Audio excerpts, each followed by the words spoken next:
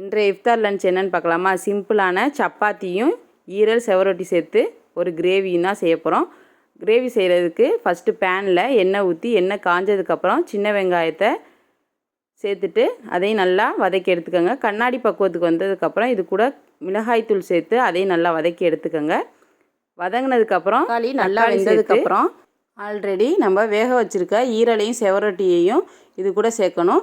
இதை நம்ம குக்கரில் 2 விசில் விட்டு எடுக்கணும். இது கூட நம்ம தேவையான அளவு தண்ணி ஊற்றிட்டு ஈரலும் செவரொட்டிக்கு தேவையான அளவு உப்பு போட்டு மஞ்சள் தூள், இஞ்சி பூண்டு பேஸ்ட்டு, வரமிளகா கிள்ளி போட்டு அதையும் நல்லா சேர்த்து கலந்து விட்டுட்டு 2 விசில் இறக்கணும்னா நல்லா வெந்து வந்துடும் ஈரல். நம்ம இன்றைக்கி செமி கிரேவியாக தான் செய்கிறோம், அதனால் கொஞ்சம் தண்ணியாகவே நம்ம செஞ்சுக்கலாம்.